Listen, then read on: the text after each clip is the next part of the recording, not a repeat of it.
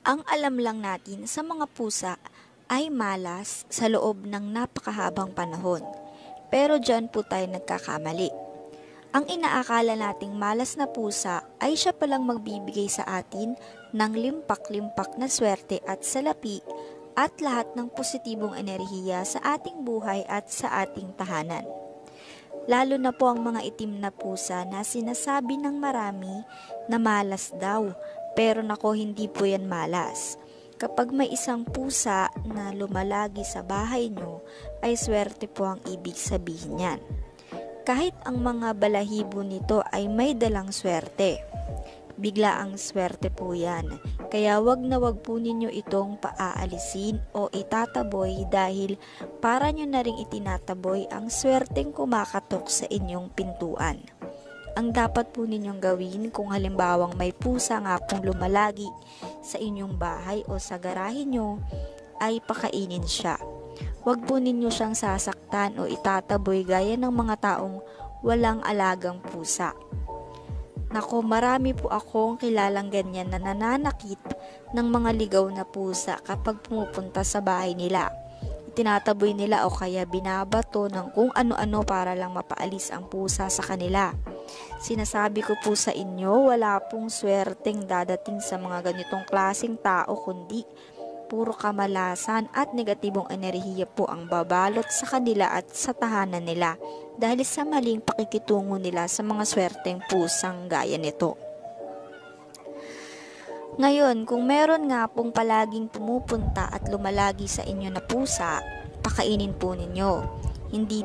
Hindi nyo po sila kailangan kupkupin kung ayaw nyo, pero mainam po kung pakainin po ninyo sila dahil babalik po sa inyo ang mga mabuting ipinapakita ninyo sa kanya. Ang sabi nila, ang mga itim na pusa daw ay malas, pero hindi po. Kung sakaling itim na pusa ang lumagi sa inyo, pakainin nyo din po siya. O kahit anong kulay ng pusa, pero sinasabi na mainam kung may kulay itim na balahibo ito. Gaya ng mga puspin dito sa amin na pag-alagala lang at walang permanenteng tirahan. Ang kulay nila ay magkakahalong orange, white at black. May isa ding black at white at meron ding grayish color ang balahibo.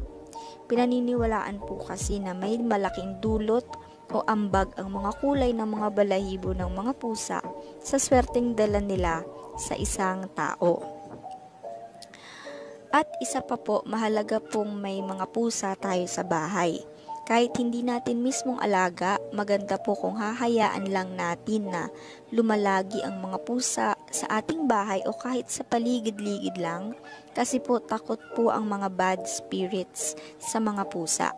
Lalo sa mga mata ng pusa, nako, na itataboy ng mga pusa ang mga masasamang elemento sa bahay, kaya maganda pong may pusa sa bahay. Yan po ay isa sa mga spiritual gift ng pusa sa tao. Pagkatapos po, habang pinapakain nyo siya, pwede po kayong humiling sa pusang ito. Lahat po ng mga kagustuhan at kahilingan nyo ay pwede nyo pong ibulong sa kanya. At asahan po ninyo na matutupad ito agad-agad. Sa pamamagitan lang po yan ng pagpapakain sa pusang laging pumupunta sa inyo.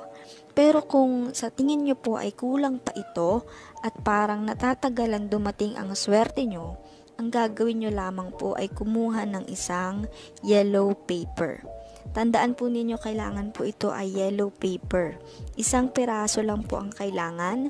Ngayon, ang gagawin po ay isusulat nyo ang buo ninyong pangalan, ang date kung kailan nyo ito isinulat, at ililista ninyo ang lahat ng mga kahilingan at kagustuhan ninyo na gusto nyong makuha o makamit.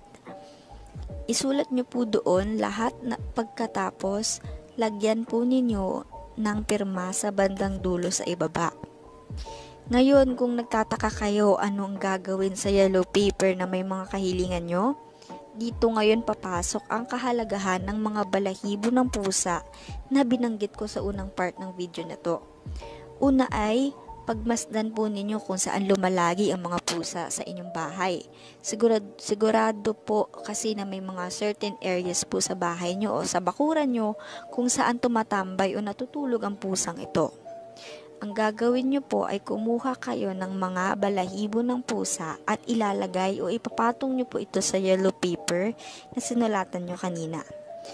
Teka po hindi nyo po kailangan bumunot ng balahibo ng pusa para makakuha nito. Kadalasan po ay kusa pong nahuhulog ang mga balahibo nila kaya hindi po kayo mahihirapan sa pagkuha. Ilalagay nyo po ang mga balahibong ito sa yellow paper at lulukutin. Pagkatapos po, sunugin nyo po ang yellow paper na ito na may mga kahilingan nyo kasama ng mga balahibo ng pusa. Susunugin nyo po ito sa silangang bahagi ng bahay nyo o sa bakuran nyo. Silangan po dapat o east sa Ingles. Kapag nagawa nyo na po ang lahat ng ito, patuloy nyo pa rin pong pakainin ng mga pusa lumalagi sa inyo. At magugulat na lamang po kayo isang araw na tupad na ang mga kahilingan at kagustuhan na isinulat nyo sa yellow paper kasama ng mga balahibo ng pusa. Pero isang paalala lang po na ito po ay para lamang sa mga naniniwala at wala pong garantiya na accurate ito sa lahat ng tao. Maari kasing may mga outside factors na pwedeng makapigil sa swerte na gustong pumasok sa inyo. Ayun lamang po, wag po sana ninyong kalimutang mag-iwan ng like, comment, share at subscribe para sa mas marami pang interesting video.